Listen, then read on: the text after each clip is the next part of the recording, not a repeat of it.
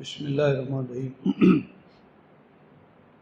امن خلق السماوات والارض وانزل لكم من السماء ماء فانبتنا به حدائق ذات بهجة ما كان لكم ان تنبتوا شجرها أإله مع الله بل هم قوم يعدلون۔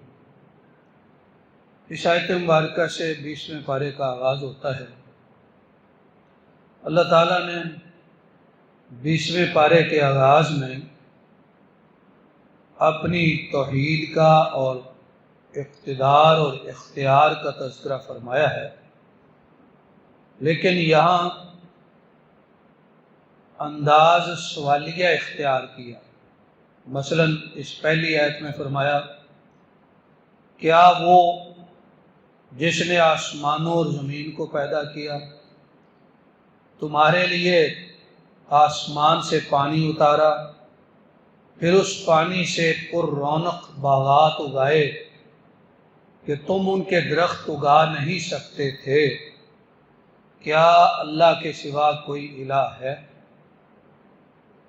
پھر اگلی آیت میں فرمایا، کیا وہ جس نے زمین کو قرار بنایا اور اس پر نہریں چلائیں اور اس پر پہاڑ کھڑے کر دیے، کیا اللہ کے سوا کوئی الہ ہے؟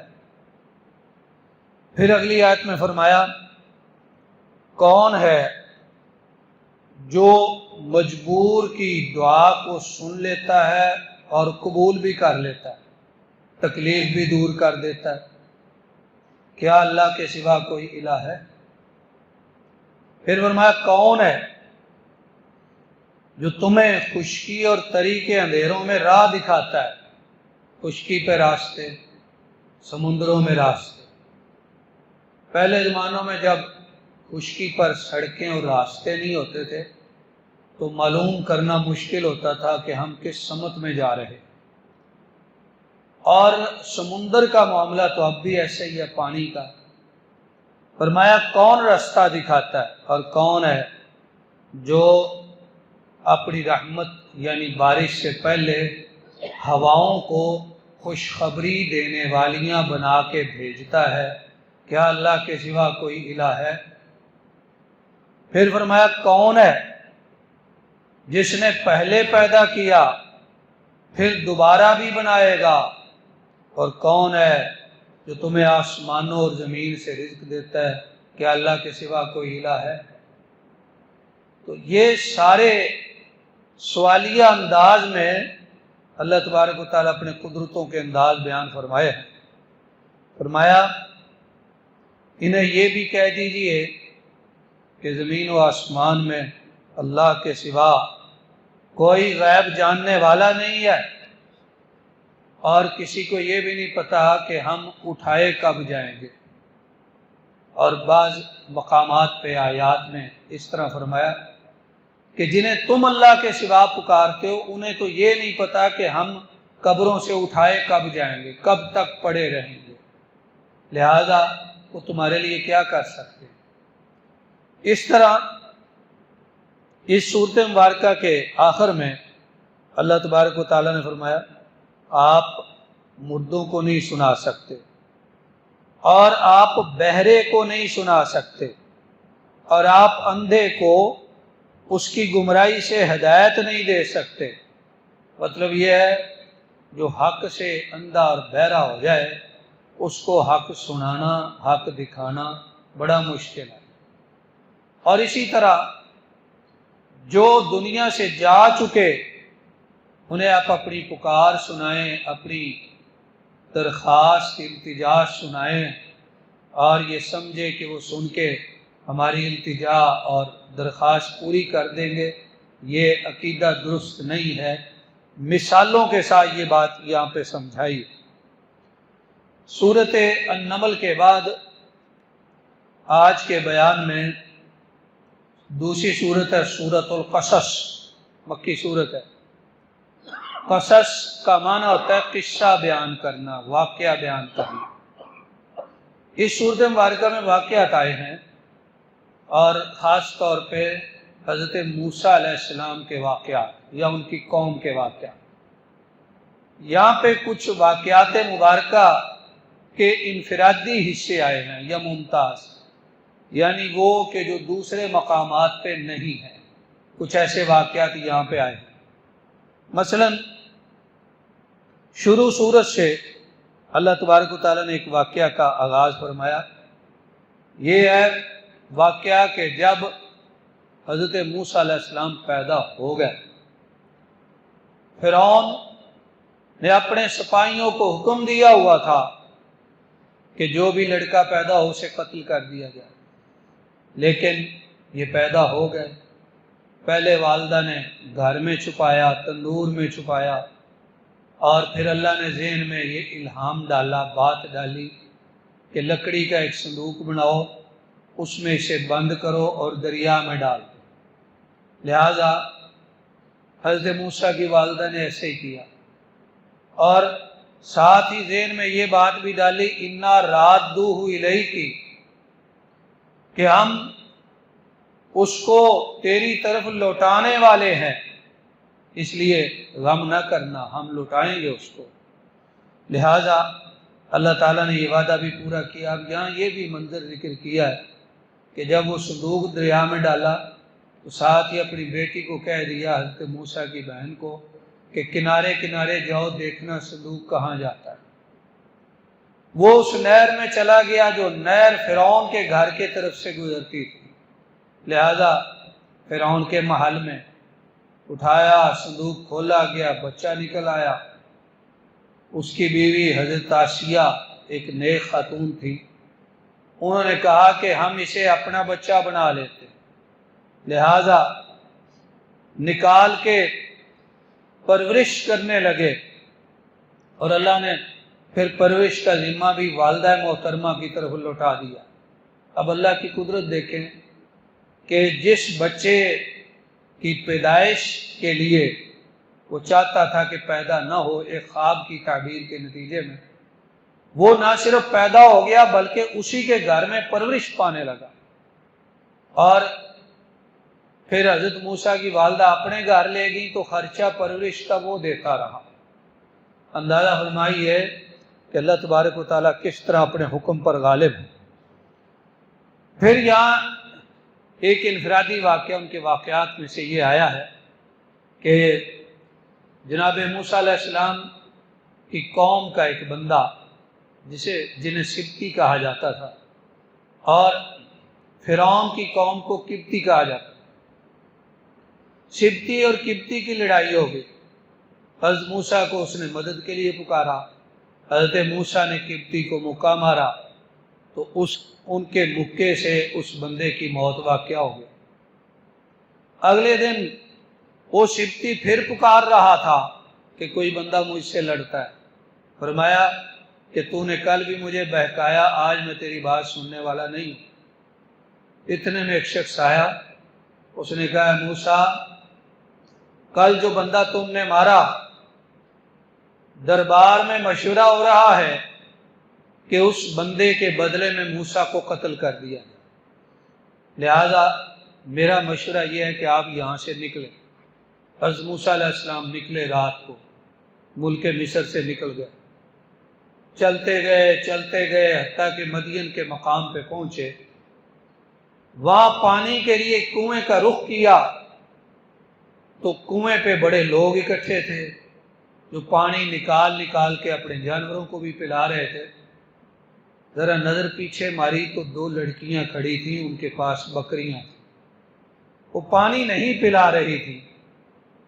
پوچھا تمہارا کیا ماجرا ہے؟ انہوں نے کہا کہ یہ قوم ہماری دشمن ہے، ہمیں ان کے ساتھ پانی پلانے کی اجازت نہیں ہے، ہم بعد میں بچا کھچا اپنے جانوروں کو پلاتے۔ کہا کیا مخالفت ہے؟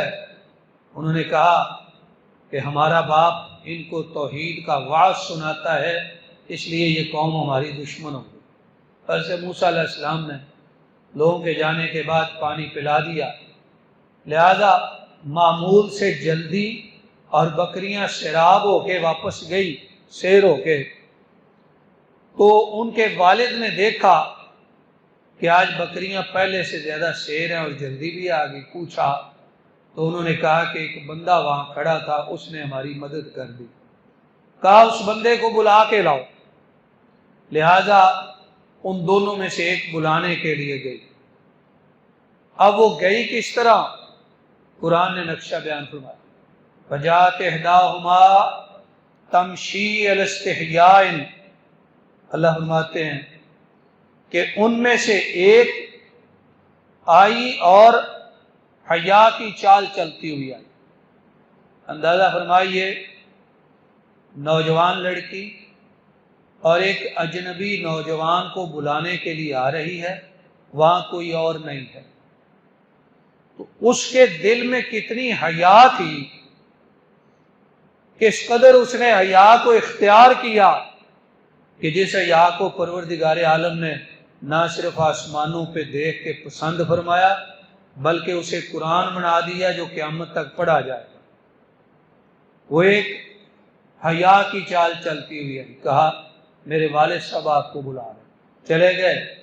کہا کہ میں چاہتا ہوں کہ اپنی بیٹیوں میں سے ایک کا تمہارے ساتھ نکاح کر دوں، لیکن اس کا عوض یہ ہے، حق مہر یہ ہے کہ آپ 8 سال ہماری بکریاں چرائیں، کام کریں، اور اگر آپ 10 سال کر لیں تو آپ کی مرضی ہے۔ لہذا مفسرین کا خیال ہے کہ حضرت موسیٰ نے 10 سال یہ خدمت کی۔ تو یہ شخصیت کون ہے؟ بعض مفسرین کا خیال ہے کہ اللہ کے نبی ہیں حضرت شعیب علیہ السلام، اور بعض کا خیال ہے نہیں، نام تو ان کا شعیب ہے لیکن یہ اللہ کے نبی نہیں بلکہ ایک نیک بندے تھے، کیونکہ حضرت موسیٰ شعیب کے درمیان ایک لمبی زمانی مدت کا فاصلہ، یہاں سے 10 سال پورے کر کے اپنی اہلیہ کو لے کے مصر کی طرف آ رہے تھے۔ راستے میں رات تھی، اندھیری اور سردی بھی بہت تھی۔ ایک جگہ پہ آگ نظر آئی، اپنی بیوی کو کہا آپ یہاں ٹھہرے، میں آگ لے کے آتا ہوں تاکہ ہم گرمی حاصل کر لیں، سردی بہت ہے۔ قریب گئے، آواز آئی اے موسیٰ انی انا ربک، یہ کوئی آگ نہیں ہے، میں تیرا رب ہوں، تیرے رب کی تجلی ہے، فاخلعنا علیک، جوتے اتار کے یہ وادی مقدس ہے، ذرا آگے آ جاؤ۔ کہا کہ میں نے آپ کو رسالت کے ساتھ چن لیا ہے، آپ نے حق کا پیغام فرعون تک پہنچانا ہے۔ اللہ کریم نے نبوت عطا کر دی، لہذا یہاں سے واپس آئے فرعون کی طرف۔ اس کے بعد کا حصہ سورۃ طٰہٰ میں اللہ تعالیٰ نے ذکر فرمایا۔ یہاں پہ ایک بات یہ بھی آئی ہے سورۃ مبارکہ میں، اِنَّکَ لَا تَہْدِی مَنْ أَحْبَبْتَ، اے نبی صلی اللہ علیہ وسلم جس کو آپ چاہیں ہدایت نہیں دے سکتے، ہدایت اس کو ملے گی جس کو اللہ چاہے۔ اس آیت کی تفسیر میں مفسرین نے ذکر فرمایا ہے کہ نبی کریم صلی اللہ علیہ وسلم چاہتے تھے کہ میرے چچا ابو طالب ایمان قبول کر لیں، کیونکہ ان کی یہاں حضرت کے ساتھ بڑی حمایتیں تھیں اور بڑی مدد تھی ان کی۔ آپ چاہتے تھے یہ ایمان قبول کر لیں۔ ان کا وقت آخری آ گیا، حضور ان کے قریب بیٹھے ہیں تو انہیں کہہ رہے ہیں اے میرے چچا ایک دفعہ کلمہ پڑھ لیں زبان سے، کلمۃ احاج لک بہا عند اللہ، اس کلمے کی وجہ سے میں اللہ سے جھگڑ کے آپ کی بخشش کراؤں گا، سفارش۔ لیکن وہاں 2 بندے بیٹھے تھے، ایک کا نام ہے عبداللہ بن ابو امیہ اور دوسرا ہے ابو جہل۔ وہ دونوں بار بار کہہ رہے تھے ابو طالب کیا تم عبد المطلب کا دین چھوڑ جاؤ گے؟ تو بخاری شریف کے الفاظ ہیں، آخری لفظ جو ابو طالب کی زبان سے نکلا وہ یہ تھا کہ میں عبد المطلب کے دین پر اس دنیا سے جا رہا ہوں۔ نبی کریم صلی اللہ علیہ وسلم کو ان کی وفات پہ بڑا افسوس ہوا۔ افسوس کا اصل مقام یہ تھا کہ وہ کلمہ پڑھے بغیر دنیا سے چلے گئے۔ تو ایک دن کسی صحابی نے پوچھا یا رسول اللہ، آپ کا چچا آپ کی بڑی حمایت کرتا تھا، تو اس کو آپ کی سفارش کیا نفع دے گی؟ فرمایا اس قدر نفع دے گی کہ اس کو عذاب سب سے ہلکا دیا جائے گا، آگ کے جوتے جہنم میں اس کے پاؤں میں پہنائے جائیں گے اور اس سے دماغ کھولتا رہے گا۔ فرمایا یہ سب سے کم تر عذاب ہوگا۔ تو یہ واقعہ اللہ تعالیٰ نے یہاں پہ ذکر فرمایا اور ساتھ کہہ دیا اے نبی صلی اللہ علیہ وسلم آپ جسے چاہیں ہدایت نہیں دے سکتے، ہدایت اس کو ملتی ہے جس کو اللہ چاہے۔ پھر اگلی آیات میں یہاں اللہ نے اپنی قدرت کی بڑی بڑی دو نشانیاں بیان کی۔ سرمد کا لفظ بولا 2 دفعہ، فرمایا ان سے کہہ دیں کہ اگر اللہ تم پر دن کو ہمیشہ کر دے قیامت تک، کون الہ ہے جو رات لے کے آئے جس میں تم سکون کر سکو؟ اور ان سے کہیں کہ اگر اللہ رات کو ہی ہمیشہ کر دے قیامت تک، کون الہ ہے جو دن لے کے آئے جس کی روشنی میں تم کام کر سکو؟ فرمایا اللہ کی قدرت ہے کہ اس نے تمہارے لیے دن بھی بنایا، اس نے رات بھی بنائی، اور اسی کے مطابق تمہاری فطرت بنائی ہے کہ دن کو کام کرو اور رات کو آرام کرو۔ یہ انفرادی بیان یہاں پہ ہے۔ پھر یہاں پہ ایک اور انفرادی بیان آیا، وہ ہے قارون کا تذکرہ۔ قارون کا نام بعض دیگر مقامات پہ بھی آیا ہے، لیکن واقعہ کی تفصیل صرف یہاں پہ۔ قرآن یہاں پہ کہتا ہے کہ قارون حضرت موسیٰ کی قوم سے تھا، یعنی فرعون کی قوم سے نہیں تھا، حضرت موسیٰ کی قوم سے تھا، لیکن سرکش ہو گیا۔ بعض کہتے ہیں حضرت موسیٰ کا قریبی رشتہ دار تھا، چچا زاد تھا۔ اللہ نے بڑا مال دیا، اتنا مال ما ان مفاتحہ لتنوء بالعصبۃ اولی القوہ، اس کے خزانوں کی چابیاں بھی ایک بندہ نہیں اٹھا سکتا تھا، اس کی چابیاں اٹھانے کے لیے ایک جماعت مقرر تھی۔ فرمایا اتنے خزانے کہ قارون آج تک ضرب المثل ہے خزانوں میں۔ جب وہ نکلتا زیب و زینت کے ساتھ تو دنیا پسند کہتے کاش کہ ہماری بھی اس طرح مالی عزت ہو جس طرح اس کی ہے۔ تو اللہ والے کہتے کہ اس طرح کی خواہش نہ کیا کرو، یہ خواہش اچھی نہیں ہے۔ اور اللہ والے اس کو بھی سمجھاتے تھے کہ اللہ سے ڈر اور مال کے ذریعے آخرت کا کچھ بنا لے۔ وہ کہتا تھا نہیں آخرت کیا ہے اور اللہ کون ہے؟ میں نے جو بنایا ہے اپنے علم اور ہنر سے بنایا، یہ تو میری خوبی ہے، میری محنت ہے۔ تو اس طرح بہت اتراتا تھا، بہت تکبر کرتا تھا، پھر حضرت موسیٰ کا بڑا شدید دشمن بن گیا۔ تو اللہ تبارک و تعالیٰ نے اس کو مقام عبرت بنا دیا۔ یہاں قرآن کہتا ہے فَخَسَفْنَا بِهِ وَبِدَارِهِ الْأَرْضِ، ہم نے اسے اور اس کے گھر کو زمین میں دنسا دیا، کوئی اس کی مدد نہ کر سکا۔ اس کے گھر کی زمین پھٹی، وہ نیچے گیا، سارا خزانہ بھی چلا گیا۔ اور حدیث شریف میں آتا ہے، ترمذی شریف کی، رسول اکرم صلی اللہ علیہ وسلم فرمایا کہ ایک بندہ تکبر کی وجہ سے، ظلم کی وجہ سے زمین میں دنسایا گیا ہے، وہ قیامت تک دھنستا ہی جائے گا۔ اسی کے بارے میں تھا۔ فرمایا جب یہ منظر پیش آیا تو وہ لوگ جو کل کو کہا کرتے تھے کاش ہم بھی اس جیسے ہو جائیں، پھر وہ کہنے لگے اچھا ہوا کہ ہم اس جیسے نہ بنے، اللہ نے ہمیں بچا لیا۔ اگر اللہ ہم پہ احسان نہ کرتا تو ہم بھی زمین میں دنس جاتے۔ تو یہ قارون کا واقعہ اللہ نے ذکر کیا۔ سورۃ مبارکہ کے آخر میں فرمایا کل شیء ہالک الا وجہہ، ہر چیز تباہ ہو جائے گی سوائے اس کی ذات کے۔ ایک معنی۔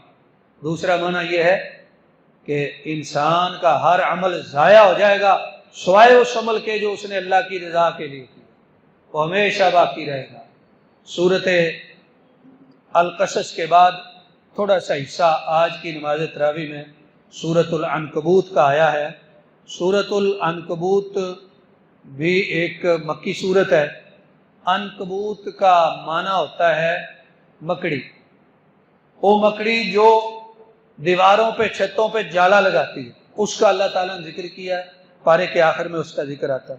شروع میں اللہ تعالیٰ نے فرمایا کیا لوگوں نے یہ سمجھا ہے کہ جب اللہ پہ ایمان لائیں تو کوئی آزمائش نہیں آئے گی، ایمان لانے کے بعد آزمائشیں بڑی آتی۔ اقبال کہتا ہے چوں بگویم مسلمانم بلرزم کہ دانم مشکلات لا الہ را۔ جب میں کہتا ہوں کہ میں مسلمان ہو گیا ہوں تو پھر میں کانپ اٹھتا ہوں، اس لیے کہ مجھے پتہ ہے لا الہ الا اللہ کہنے کے بعد مشکلات بڑی آتی، لہذا اس کے بعد جو مشکلات آئیں بندہ مومن کے لیے اس میں اللہ کی طرف سے خیر ہے، اور دوسروں کے لیے اس میں سخت امتحان کا پہلو ہے۔ یہاں اللہ تعالیٰ نے ایک بات ذکر فرمائی سابقہ انبیاء کے واقعات میں سے، حضرت نوح کے حوالے سے فرمایا ہم نے حضرت نوح کو ان کی قوم کی طرف بھیجا، وہ ان میں ٹھہرے رہے 950 سال، پھر طوفان آ گیا۔ تو اس سے بعض مورخین نے یہ طے کر لیا کہ حضرت نوح علیہ السلام کی عمر 950 سال تھی، حالانکہ قرآن نے یہ نہیں کہا، قرآن نے تو ان کی تبلیغ کا عرصہ ذکر کیا ہے 950 سال۔ پھر یہاں پہ امام طبری رحمہ اللہ نے، حافظ ابن کثیر نے جو تفصیل ذکر کی ہے وہ کہتے ہیں یہ 950 سال جیسا کہ خود قرآن کہہ رہا ہے اس کے بعد طوفان آیا، لہذا طوفان کے بعد بھی ان کی زندگی تھی اور نبوت سے پہلے بھی تھی، تو کل ملا کے وہ کہتے ہیں حضرت نوح کی زندگی کا اندازہ 1400 سال ہے۔ یہ 950 سال ایک حصہ ہے، یہ کل عمر نہیں ہے۔ اللہ نے یہاں پہ جو ذکر فرمائی ہے، غالباً کتاب مقدس نے ان کی عمر 1000 سال لکھی غالباً، لیکن علامہ ابن کثیر اور ابن خلدون اور طبری نے اور دیگر نے ان کی عمر 1400 سال کے قریب بتائی۔ پھر حضرت ابراہیم کا کچھ واقعہ کا اشارہ، پھر حضرت لوط، اسحاق، یعقوب کے تذکرے، پھر حضرت لوط کا تذکرہ، یہ سارے تذکرے نبی کریم صلی اللہ علیہ وسلم کو تسلی دینے کے لیے کہ انبیاء کے جو منکر تھے، جنہوں نے انبیاء کو ستایا، اللہ نے ان پر گرفت فرمائی، لہذا آپ دل برداشتہ نہ ہوں، ان پر بھی گرفت آ سکتی ہے۔ اللہ تعالیٰ نے یہاں پہ اپنی گرفت جو ہے اس کے مختلف انداز بیان فرمایا فَكُلًّا أَخَذْنَا بِذَنبِهِ فَمِنْهُمْ مَنْ أَرْسَلْنَا عَلَيْهِ حَاصِبًا، فرمایا کسی پر پتھروں کی بارش ہوئی اور کسی کو زور کی چیخ چنگھاڑ نے پکڑا، اور کسی کو ہم نے زمین میں دنسا دیا، اور کسی کو ہم نے پانی میں غرق کر دیا۔ 4 قسم کے عذاب ذکر کرنے کے بعد اللہ پاک فرماتے ہیں یہ ہم نے ان پہ ظلم نہیں کیا تھا بلکہ وہ خود اپنے نفسوں پہ ظلم کرتے تھے۔ اور اس سورۃ مبارکہ کے اس حصے میں جو اس پارے کے آخر میں ہے، اللہ نے عنکبوت کا ذکر کیا، جیسا کہ میں نے شروع میں گزارش کی کہ عنکبوت کا مطلب ہے مکڑی، وہ مکڑی جو جالا لگاتی۔ یا اللہ فرماتے ہیں کہ ان لوگوں کی مثال جنہوں نے اللہ کے سوا معبود پکڑے ہیں، جیسے مثال مکڑی کی ہے، اس نے ایک گھر بنایا اور بے شک گھروں میں سے سب سے کمزور گھر مکڑی کا ہے اگر یہ لوگ جان لیں۔ مفسرین کرام فرماتے ہیں کہ اللہ تبارک و تعالیٰ نے بڑی بلیغ مثال بیان فرمائی۔ مثال یہ ہے کہ جس طرح گھروں میں سب سے کمزور گھر مکڑی کا ہوتا ہے، جالا، اس کو آپ انگلی لگائیں، لکڑی لگائیں تو اس کا گھر ہی ٹوٹ جاتا ہے، ختم ہو جاتا ہے۔ گھروں میں سے جس طرح سب سے کمزور گھر مکڑی کا ہے، اس طرح عقائد میں سے سب سے کمزور عقیدہ مشرک کا ہے۔ ارشاد گرامی کا مقصد یہ ہے، مثال دے کے یہ بات سمجھائی۔ تو سورۃ العنکبوت کا یہ حصہ جہاں پہ عنکبوت کا ذکر آیا، مکڑی، اس حصے پہ پہنچ کے 20ویں پارے کا اختتام ہوا۔ انشاءاللہ العزیز آئندہ گفتگو 21ویں پارے سے شروع ہوگی۔ اللہ تبارک و تعالیٰ سے دعا ہے اللہ کریم ہمیں اپنی پاک کتاب کو سمجھنے اور اس پر عمل کرنے کی توفیق عطا فرمائے۔ آمین۔ وآخر دعوانا ان الحمد للہ رب العالمین۔